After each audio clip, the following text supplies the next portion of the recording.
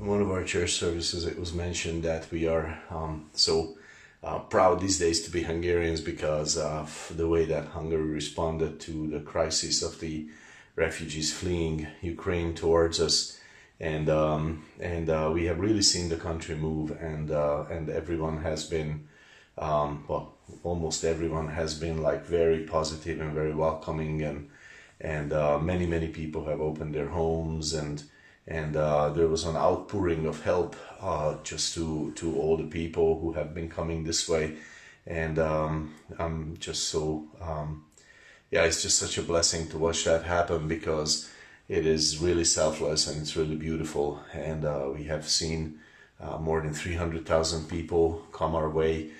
Most of them passing through Hungary, but for us, a country of less than 10 million people, that's a huge amount of people, and in just a few weeks, and it's been really wonderful. Even the government helping out and organizing and helping, and it's been a blessing to see that happen. That the people are not just left, to fend for themselves that way, and I am very honored by that, and it was truly beautiful to see.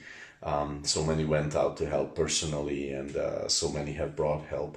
But for us believers, there is more to it, and welcome to this morning's Jolt. That simple spiritual thought for the morning. In Hebrews 13:2, we read this amazing verse, this very challenging verse. Be not forgetful to entertain strangers, it says.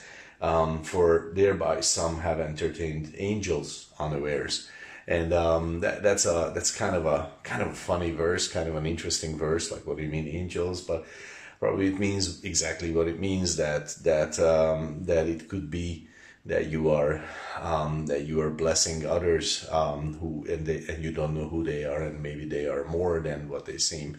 But the point is, it says clearly, be not forgetful to entertain strangers, and that's an interesting point, because strangers, like strangers, I don't care about strangers. I care about my friends. I care about my brothers, my sisters in the church. I care about my acquaintances, maybe my neighbors even somewhat, but strangers. And and actually the Bible specifically challenges us to care for strangers, care for people who cannot return the favor, who really, we don't matter to them, they don't matter to us, they're strangers.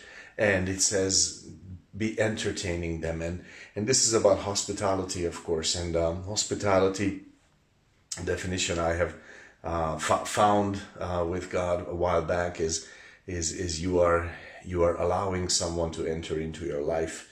You are giving them a place in your life, in your home, in your day, in your time, in your life. And hospitality, caring for those who cannot return it, just because with God we understand that we have more than what we personally need, that He has more in us and with us and more for us. And that's really the source of Christian hospitality. It is not that we are rich, it's not that we have too much. That's not the point. The point of Christian hospitality is that God has given us, and by faith we believe that we have enough for ourselves, even if we don't see it. By faith we act on that, and we say, yes, God has something more than I can take, I can consume, and let me share that with you. And that's that is an amazing thing. And of course that can be expressed in many ways.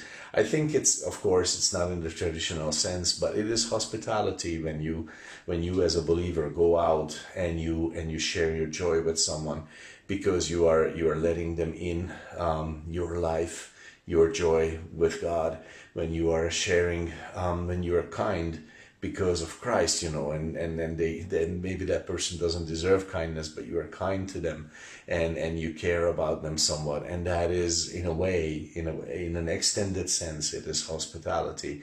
You are forgiving someone. Someone shouts at you in their car, and you don't shout back, but you say, I'm sorry, even if you didn't make a mistake or something.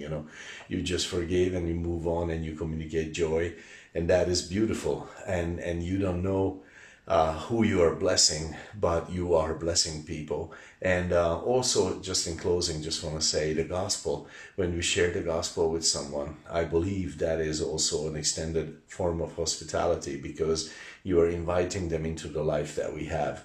And that is our privilege, because we have more than what we need. We have more than what we can consume. We have more than what we can use for ourselves.